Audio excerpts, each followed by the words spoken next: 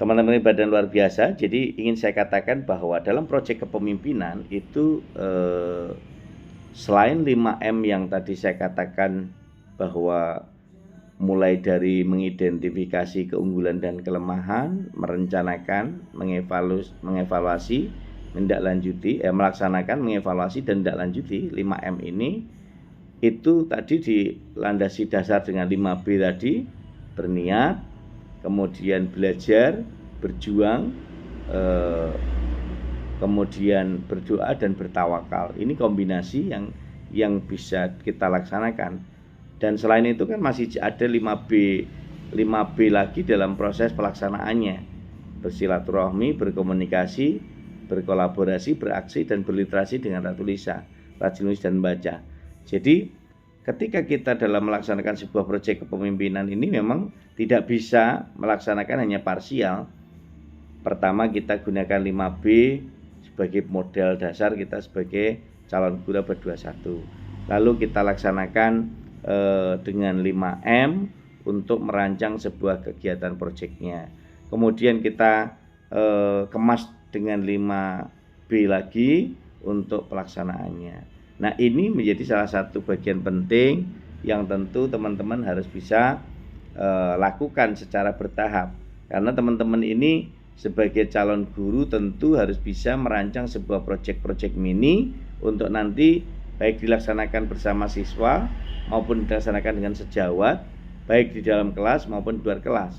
Sehingga proyek itu bagian proses pembelajaran, baik secara mandiri maupun super team. Sehingga kita untuk bisa melaksanakan proyek, kita bisa by case, ya, bisa mengambil satu kasus, bisa mengambil sebuah proyek mini dengan kasus tertentu. Nah, maka dalam rangka pengayaan ini, proyek-proyek ini bisa dikuatkan dengan kasus-kasus yang teman-teman bisa miliki. Karena apa? Disitulah sebenarnya kita menemukan berbagai alur, kita menemukan berbagai skenario yang teman-teman saya yakin itu menjadi salah satu bagian tak terpisahkan. Seperti katakan Mas Ryan dan Mbak Zuro tadi, perencanaan bertahap dari minggu 1, minggu 2, minggu 3, minggu 4, ini bagian dari proses yang tentu akan memiliki dampak positif, dampak negatif juga. Apakah dampak positifnya? Jelas nanti akan bisa terwujud proyek ini.